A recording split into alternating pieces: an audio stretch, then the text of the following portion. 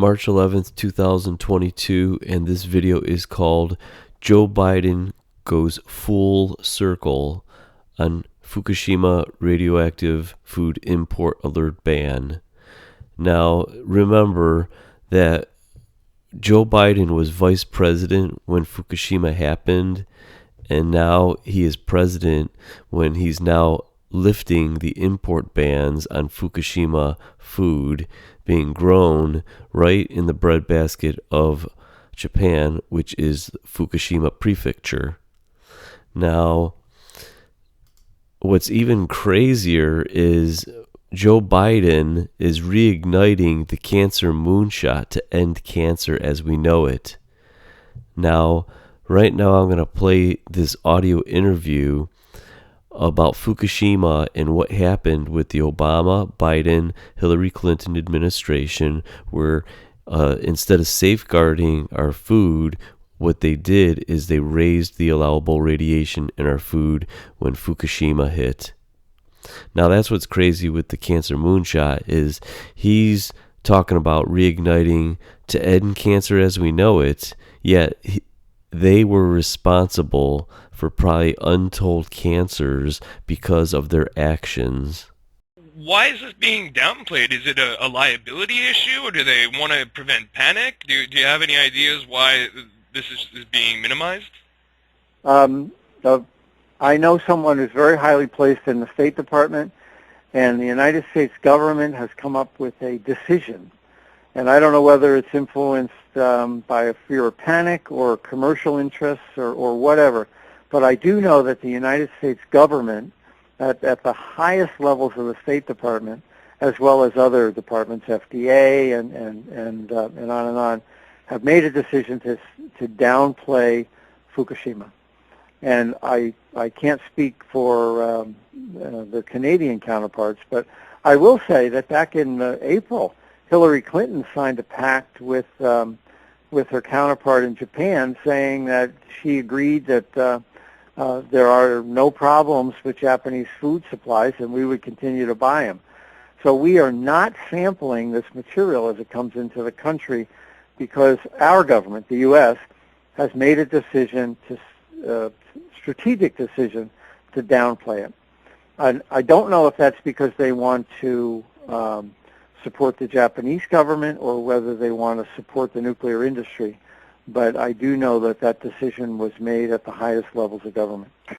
Now, the FDA response to the Fukushima Daiichi nuclear power plant accident, this is as of September 21st, the FDA is deactivating the import alert that has targeted certain food products from Japanese prefectures located near the damaged Fukushima Daiichi nuclear power plant since 2011.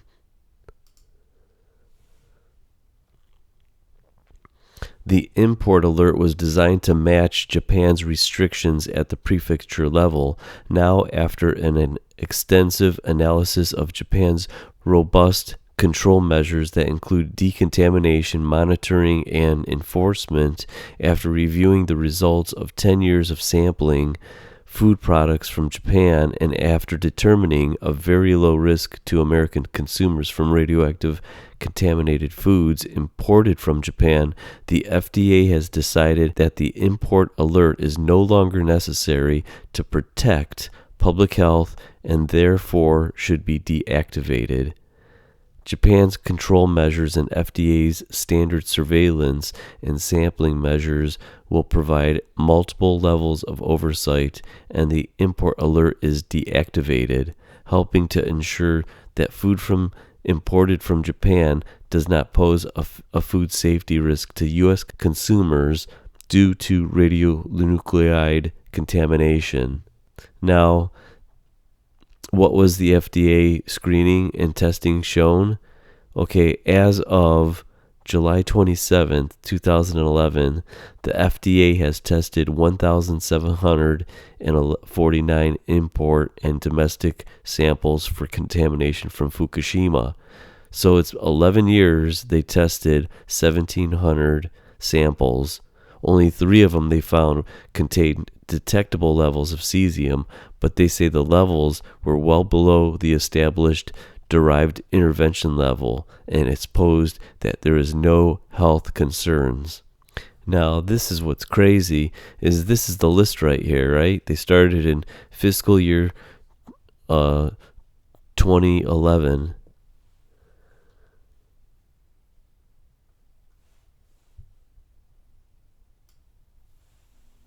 Look at what they did.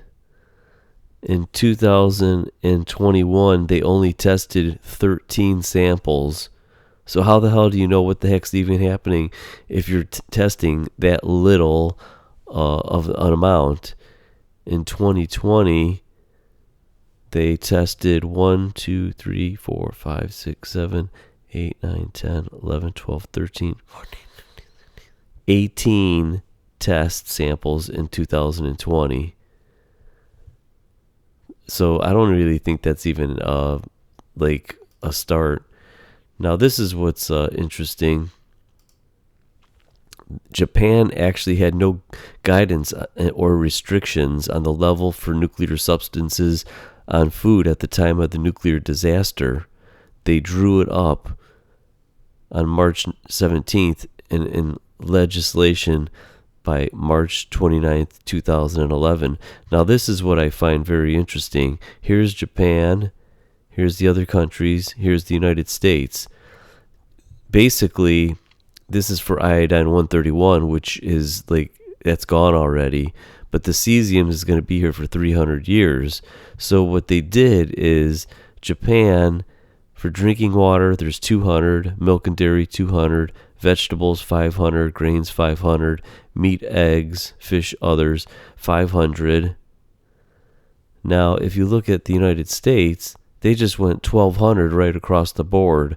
So when they were testing, say, rice in Japan, and it comes up, here's a grain, it comes up 500, that's their level. So if it comes up, say, 800, you know where that ends up? Oh, look at the United States, it's 1,200. So they were basically sending their contaminated foods to America. And all they needed to do, if it did test higher than 1,200, well, just add in some more rice to dilute it to get it down to our safe levels, our so-called safe levels. Now, this is President Joe Biden on Wednesday relaunched the federal government's Cancer Moonshot initiative.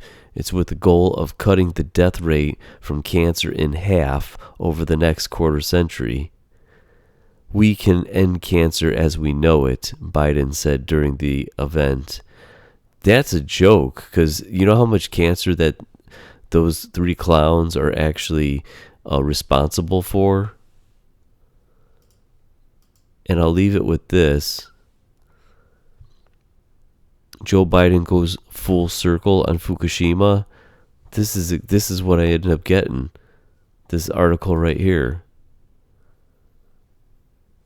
The only article that comes up, because all the other ones, if you notice, nothing comes up. They're talking about Trump, Obama, and Russia. So the only one that comes up, it's interesting. It states, don't eat the fish, they're contaminated. The government has not released a specific number as to the amount of radiation in our ocean and air, but claims we don't really need to do that because we're predicting very low levels. It's deceiving that we are not being informed how much radiation from Fukushima we are actually living in, especially because of low level is still considered toxic.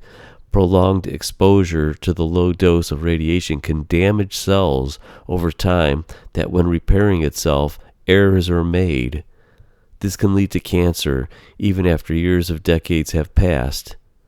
If the United States consumers are safe to eat seafood from the Pacific Ocean, then why are we not specifically being informed on the level of radiation present? Why are thousands of marine animals dying and developing disease at the same time?